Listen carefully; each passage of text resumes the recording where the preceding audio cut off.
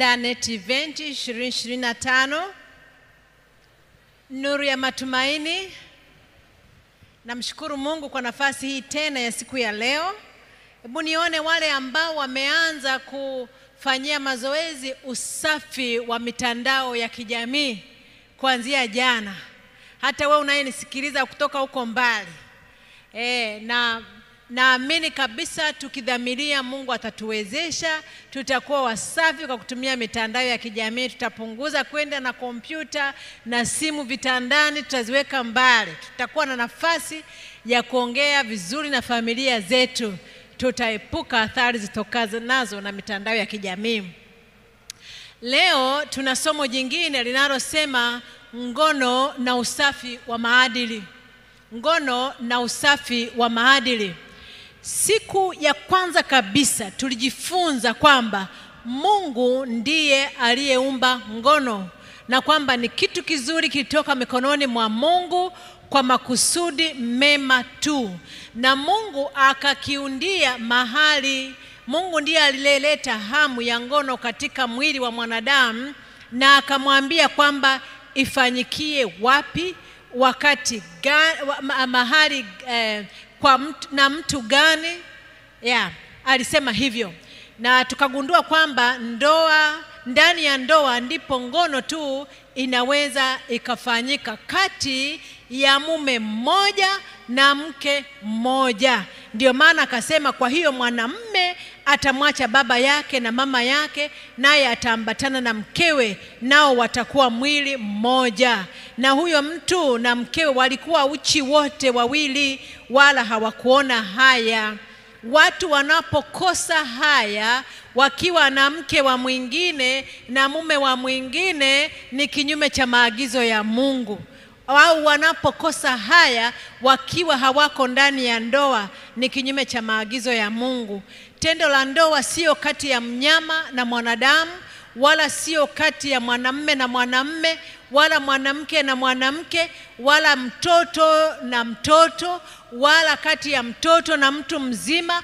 Ni tendo la ndoa linapaswa kuwa kati ya mwanamume na mwanamke waliooana. Tena sio wanawake na mwanamume mmoja, au wanaume wengi na mwanamke mmoja, kulingana na neno la Mungu. Na sasa tuangalie tena mapenzi ya Mungu kuhusiana na habari ya ngono yakoje. Maana usafi wa maadili, usafi wa ngono limekuwa jambo adimu sana katika jamii. Inaonekana unapokuwa mchafu kingono, dunia inakuona kama wa maana sana. Kwa hiyo Biblia inasema hivi katika kitabu cha Wathesalonike wa kwanza sura ya 4 fungu la 3, anasema, maana haya ndiyo mapenzi ya Mungu, kutakaswa kwenu, muepukane na uasherati, kila mmoja wenu ajue kuweza mwili wake. Yaani Biblia haiwezi kusema uweze mwili kama inajua hatuwezi. Kuweza mwili wake katika utakatifu na heshima, si kati ya hali ya tamaa mbaya kama watu wa mataifa wasiomjua Mungu. Kwa maana nyingine, wanaomjua Mungu wanapaswa kuwa waadilifu katika masuala ya ngono na mahusiano ya kimwili. Biblia inatuelekeza kwamba inajali usafi, na usafi ambao Mungu anaujali ni ule usafi wa mwili na usafi wa roho. Ni kwa nini anazungumzia juu ya usafi wa mwili na usafi wa roho? Ni kwa sababu usafi wa mwili ni ile kuonekana nje, kuonekana. Na wote hapa ninapowaangalia, mimi siwezi kusema mzinzi ni nani, maana hamjaandikwa usoni. Mnaonekana safi kimwili kama mimi ninavyoonekana msafi kimwili, lakini ndani ya roho hakuna anayejua. Kwa hiyo usafi wa mwili unatakiwa uwe matokeo ya kile kinachotokea katika moyo. Kuna wengine ni kweli hawajajamiana na watu wengine au hawajazini kimwili, lakini akili zao zinazini kila siku. Wengine wako katika pornografia, picha za uchi. Hiyo ni zinaa ambayo haionekani katika mwili, lakini ndani ya moyo inaonekana. Kwa hiyo ndio maana Mungu anataka usafi wa mwili na roho.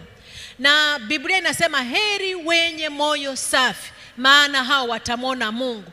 Kwa hiyo tunakuwa na usafi wa maadili na ngono kwa sababu tunajua kuna ijara. Mungu atawalipa walio safi. Mungu yuko wazi pia, anasema katika kitabu cha Wakorintho wa kwanza sura ya 7 fungu la 2, anasema hivi: lakini kwa sababu ya jaribu la uasherati, kila mwanamume na awe na mke wake mwenyewe, na kila mwanamke awe na mume wake mwenyewe. Ndivyo mwongozo wa neno la Mungu unavyotuambia. Unapokwenda kinyume na mstari huo, umetenda dhambi. Unaitwa mwasherati, unaitwa mzinzi, hiki kinaitwa zinaa. Na neno la Mungu linanishangaza sana. Soma kitabu cha Mithali sura ya 6 fungu la 27 mpaka la 28. Anasema hivi: je, mtu aweza kutia moto kifuani pake na nguo zake zisiteketezwe? Je, mtu aweza kukanyaga makaa ya moto na nyayo zake zisiungue? Ndivyo alivyo aingiaye kwa mke wa jirani yake. Kila mtu amgusaye huyo atakuwa na hatia. Yaani anazungumza kwamba anayechukua mke wa mwingine na pia anayechukua mume wa mwingine ni sawasawa na kuweka moto katika kifua chako. Ni sawasawa na kuweka moto katika mapaja yako. Kuungua ni lazima utaungua. Madhara yatokanayo na uzinzi ni makubwa. Au kijana ambaye hajaoa anapo tenda tendo la ndoa nje kabla ya kuoa, anaweka moto katika kifua chake. Na tena anasema hivi: mtu azinie na mwanamke. Mithali hiyo hiyo sura ya 6 fungu la 32 na 33, anasema azinie na mwanamke hana akili kabisa. Mnasikia hili jambo? Hana akili kabisa. Huyo sasa nafikiri mpumbavu. Maana nafikiri mchungaji Mbaga alituambia tofauti ya mjinga na mpumbavu. Maana asiye na akili kabisa ni mpumbavu. Afanya jambo litakalo mwangamiza nafsi yake, atapata jeraha na kuvunjiwa heshima, wala fedheha yake haitafutika. Tumeona watu wengi ambao wamedhalilishwa mbele ya watoto, wamedhalilishwa mbele ya watu wanaowasimamia kazini, wamedhalilishwa mbele ya umati kwa sababu ya zinaa. Matokeo ya uzinzi, anayezini na mwanamke wala mwanamke anayezini na mwanamume, Biblia inasema hana akili kabisa. Sijui tunataka Biblia iseme namna gani ili tujue kwamba zinaa ni dhambi. Ngono sio kipimo cha upendo. Nitawaeleza vizuri baadaye kidogo. Lakini kwa nini nasema ngono sio kipimo cha upendo? Ni kwa sababu tunawapenda watoto wetu, tunawapenda wazazi wetu, si kwa sababu tunajamiiana nao kwa ngono. Lakini utatoa maelezo gani kama ngono ni kipimo cha upendo unapoeleza habari ya ubakaji? Watu wanabaka sio kwa sababu wana upendo. Watu wanapatia mimba watoto wadogo ambao wangeendelea kimasomo. Kama wangewapenda wasingefanya hivyo. Watu wanabaka watoto wadogo. Kweli ngono sio kipimo cha upendo. Na kama kuna msichana au kijana anayedanganya kwamba nidhihirishie kwamba unanipenda, umedanganywa. Umedanganywa kabisa. Sasa tunataka tuangalie, kuna nadharia za uongo ambazo ulimwengu unawadanganya vijana au wanandoa wakisema hivi. Kuna uongo namba 1, wanasema hivi kwamba mwanadamu pia ameumbwa kama mnyama. Kwa hiyo yeye ana hisia hizo. Kwa hiyo huwezi kufanya chochote dhidi ya matakwa ya mwili, kwa sababu hata wanyama wanafanya hivyo.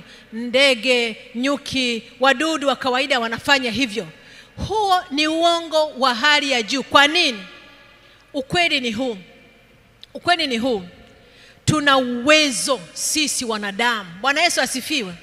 Mungu ameweka uwezo katika ubongo wetu dhidi ya miili yetu. Hata kama kuna jaribu, ndio tuna uwezo wa kufanya maamuzi katika ubongo wetu.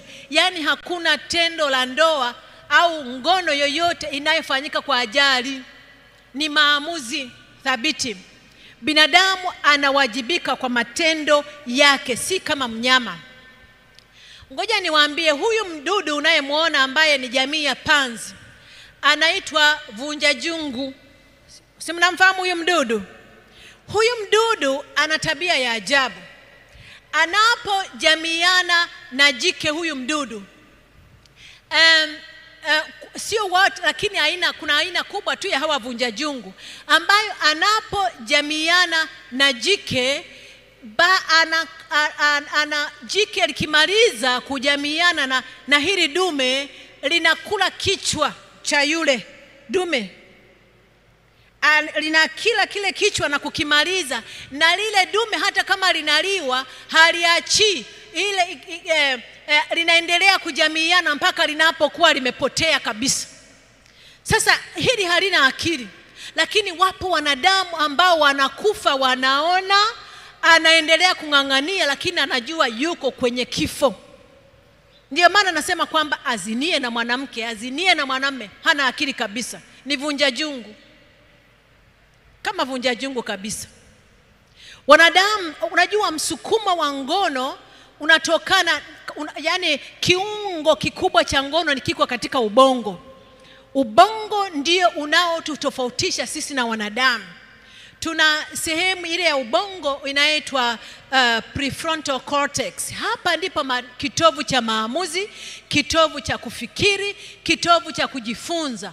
Mwanadamu ndio maana Mungu akamwekea sheria, akamwekea maagizo, kwa sababu yeye anafanya vitu kwa maamuzi, sio kama mnyama.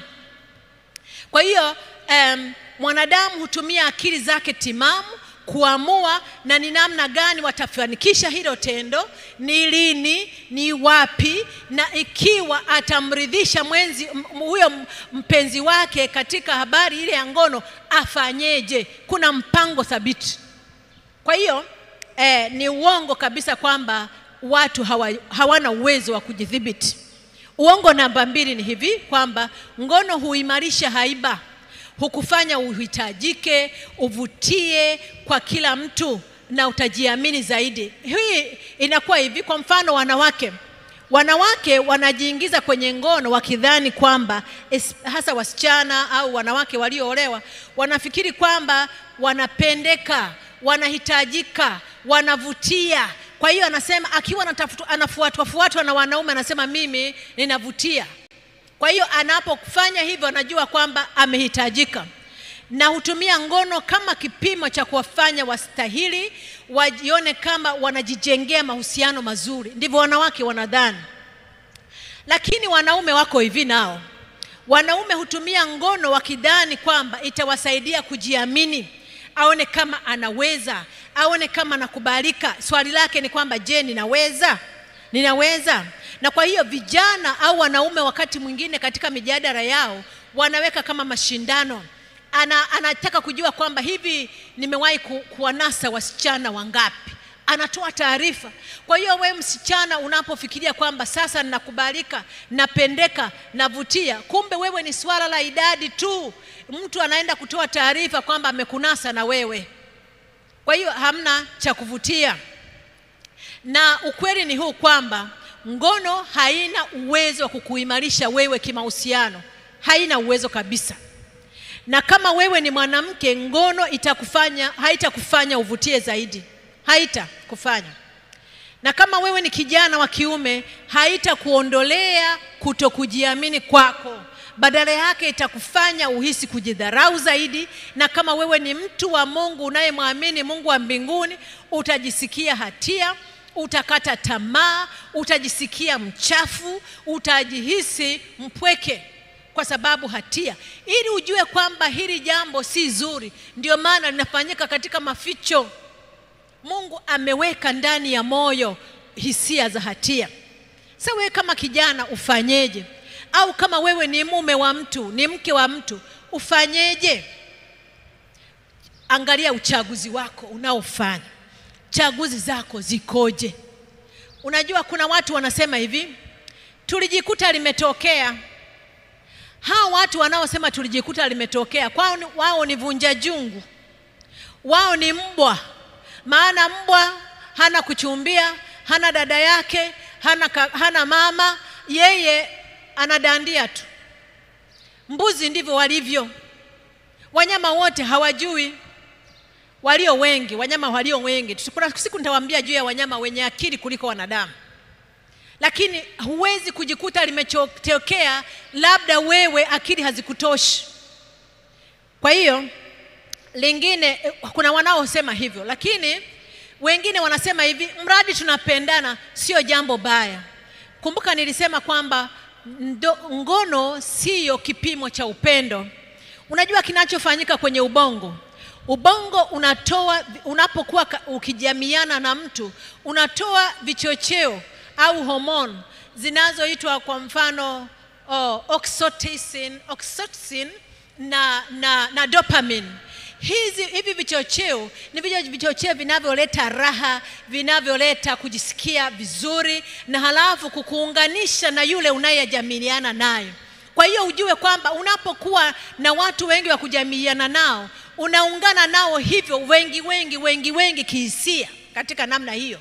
Na hiyo inatokea hata watu walevi, inawatokea katika ubongo, wanaotumia madawa ya kulevya inawatokea kujisikia vile vizuri, na si upendo halisi. Ndio maana vijana anapoingia katika ngono ya namna hii kabla ya ndoa, anafungamanishwa na yule mtu anayezini naye, anajikuta anafikiria anampenda, lakini ni hormones tu ambazo zimekuja pasipo maamuzi thabiti. Na kwa hiyo anajikuta baada ya ile hali ya kuhisi kwamba alikuwa anapenda bila kuangalia vigezo vingine vya upendo, anajikuta hakuoa mtu sahihi, alitumbukia kwa sababu ya kudanganywa na hizo hormones. Kwa hiyo ngono sio kipimo cha upendo. Useme mradi mmependana.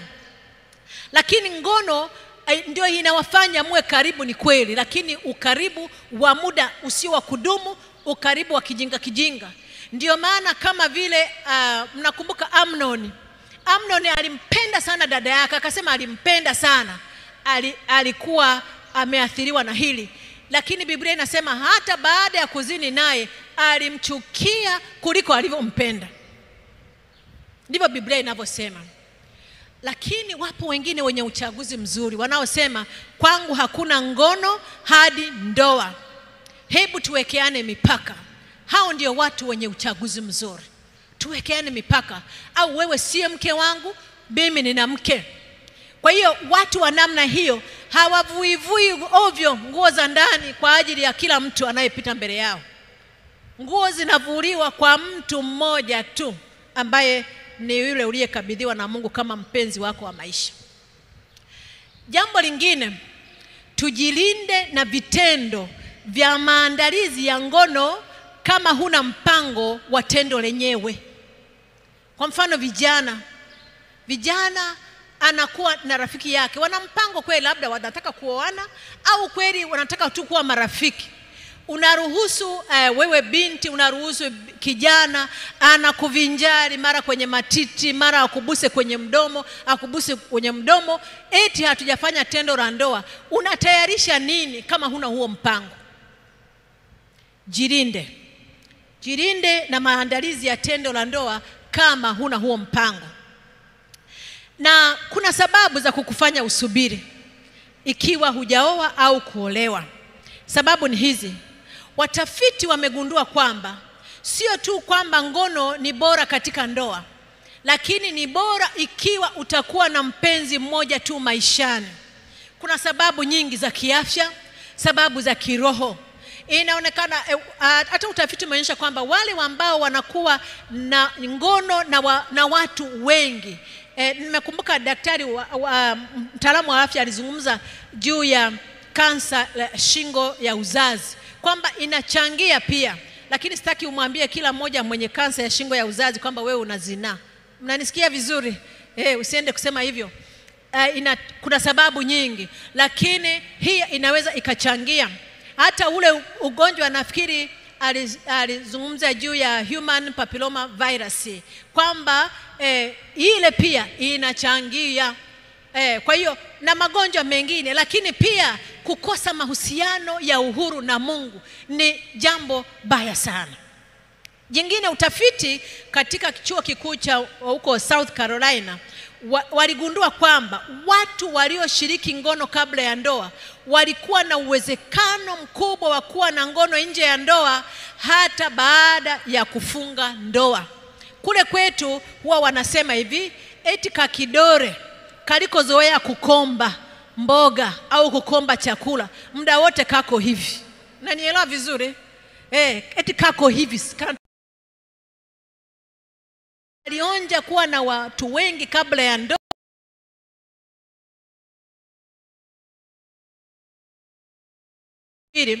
Ni kwamba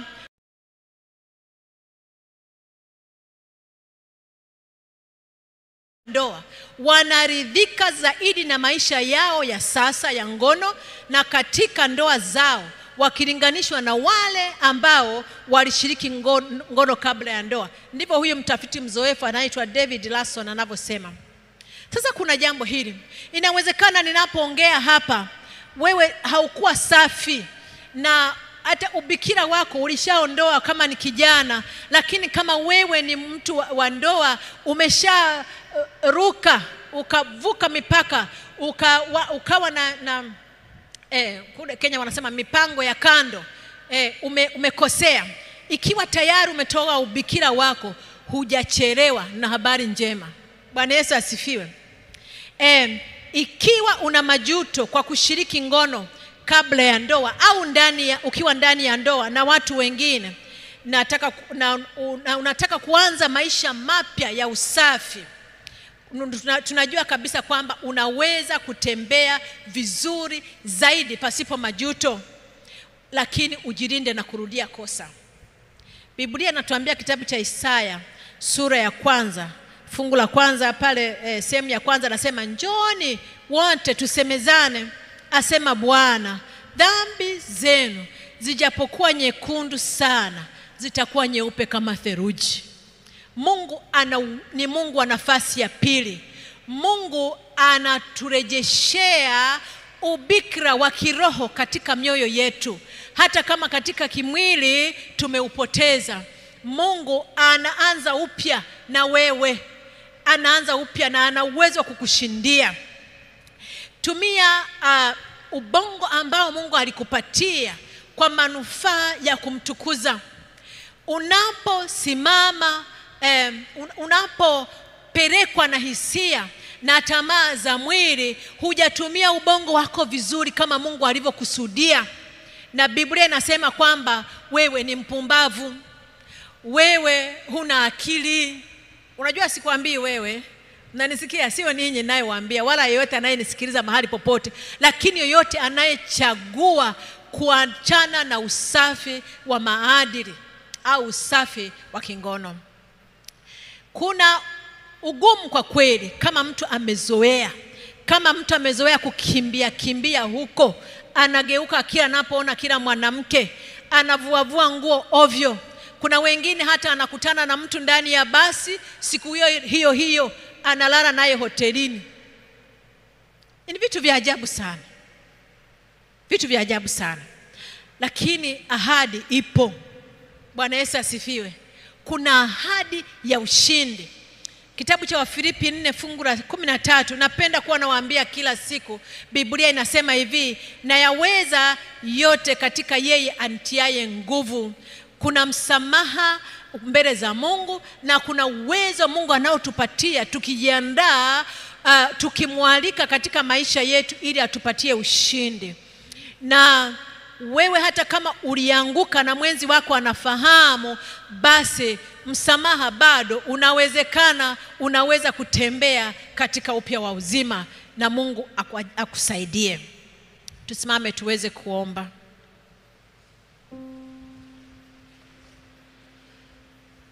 Baba yetu uliye mbinguni, wewe ni Mungu mwaminifu. Umetuahidi kwamba wenye moyo safi watamuona Mungu.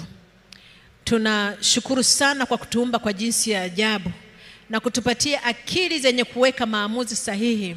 Tunaomba utusaidie tena kukuchagua wewe katika kila jaribu litakalo kuja upande wetu, utupatie ushindi. Msaidie hata yule anayehitaji kubadilika na kuanza maisha upya ndani yako, katika jina lake Yesu, amen.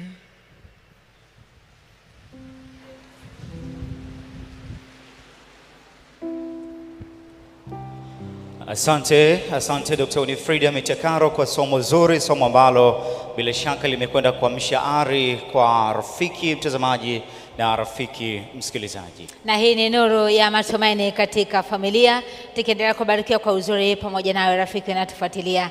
Hamisi, baada ya jana nyayo za mpekuzi kupekua kule Dodoma, naam, leo Kijampunzi